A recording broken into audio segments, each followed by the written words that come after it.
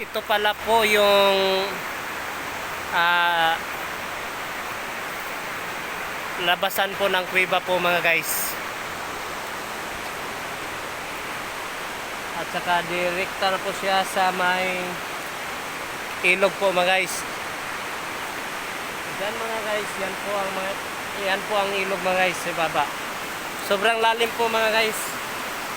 Yan po mga guys, so nakakatakot po.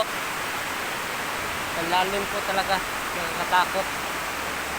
Pag tingnan nyo po sa ilalim po, sobrang takot po mga guys.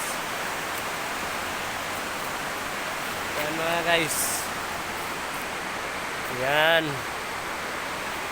Yan po mga guys. Oh. Sobrang ganda po ng tanawin po dito mga guys. Saka yung kasama ko pala guys, si Gogoy, andito po. So, si Gogoy. Oh, magpakilala ka Goy sa ating vlog Goy. Hindi na daw. So mga guys, dito lang po magtatapos sa ating video. Bye mo po.